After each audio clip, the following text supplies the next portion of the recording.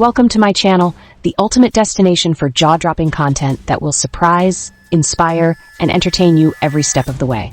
If you love discovering the unexpected, make sure to subscribe, hit the like button, and share with your friends to keep the excitement going. Your support helps us keep blowing minds and creating content you'll never forget. So buckle up and get ready, because this is just the beginning. The air still carried the scent of Christmas feasts, but on December 27th, 2025, that peace was shattered. Far out at Sabina Shoal, Filipino fishing boats were suddenly surrounded by massive Chinese Coast Guard ships. The fishermen, caught off guard, faced a terrifying assault.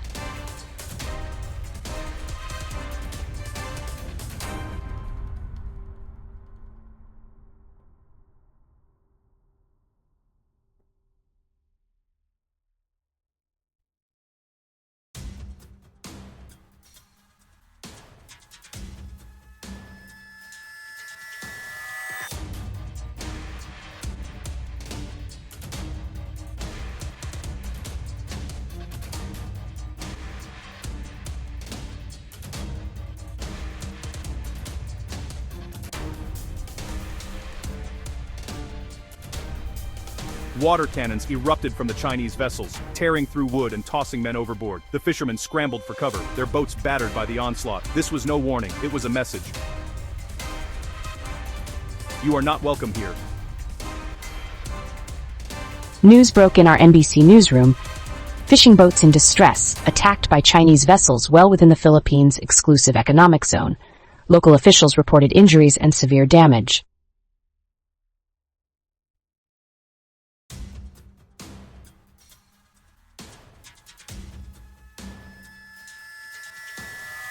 The story spread like wildfire, turning holiday joy into national outrage. This was more than a clash at sea. It was a direct challenge to Philippine sovereignty. The attack brought long-simmering South China Sea tensions to a boiling point. Suddenly, the conflict had a human face, a fisherman, soaked and terrified, watching his livelihood destroyed days after Christmas. The world was watching. For the FB Maria's crew, the day began with hope, but ended in chaos. Captain Jose Reyes, a veteran of these waters, described the terror. They came out of nowhere. The water hit like a wall. It broke our outrigger. It smashed our equipment. The physical damage was severe, but the emotional scars ran deeper. These men are fathers, sons, and husbands, just trying to make a living. Rico, only 22, was on his first major trip. I thought we were going to die. We had no weapons. Why would they do this to us? Back on shore, families waited in agony, rumors swirling about missing boats and injured men. Maria Reyes, the captain's wife. Every time he goes out I pray, but this is different. How can our men fight giants in big ships?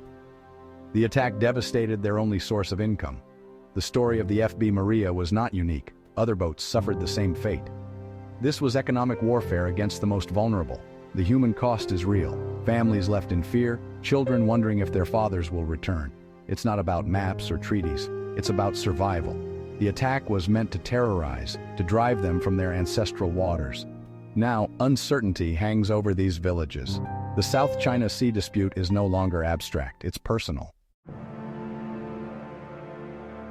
The Sabina Shoal attack ignited outrage across the Philippines. The timing, just after Christmas, felt especially cruel. A Manila news anchor captured the mood. Tonight, the Christmas lights seem dimmer. An act of aggression has cast a shadow over our season of hope.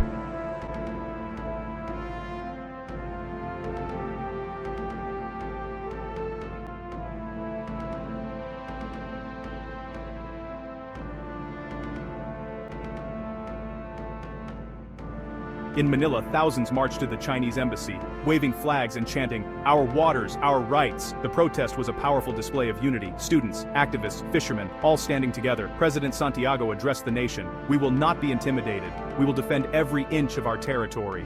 The government filed a strong diplomatic protest and recalled its ambassador from Beijing. Social media exploded with support for the fishermen.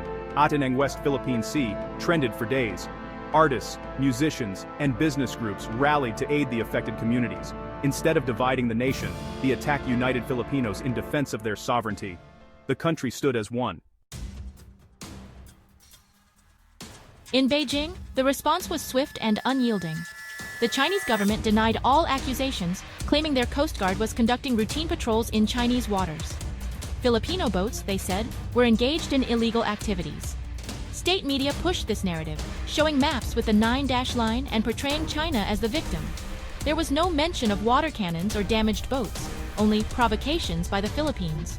To the Chinese public, their government was defending national sovereignty. Internationally, China dismissed Philippine protests as anti-China and blamed outside powers.